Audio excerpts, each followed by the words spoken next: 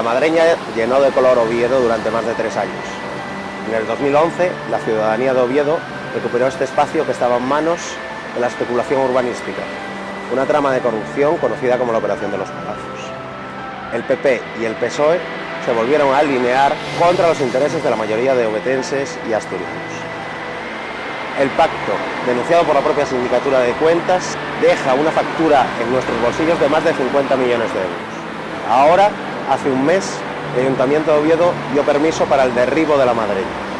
La ciudad se queda con menos de 400 actividades gratuitas durante estos más de 3 años. La Asturias que muere quiere morir matando. Quieren borrar las huellas del crimen. Su proyecto de ciudad, su proyecto de país es escombros y muerte. Si hay algo peor que la corrupción, es la sensación de impunidad de corruptos y corruptores. La ciudadanía abrirá los espacios de los ayuntamientos. Las turbas casas del agua del caso Marea, las turbas aguas de Atuayest, se los barrerán. Están con el agua al cuello. Somos Marea Destituyente. Este verano se adelanta la primavera en Oviedo y en Asturias. Florecerá un movimiento vecinal, ciudadano y popular que barrerá a los corruptos y a los corruptores de nuestros ayuntamientos. Somos Primavera Democrática.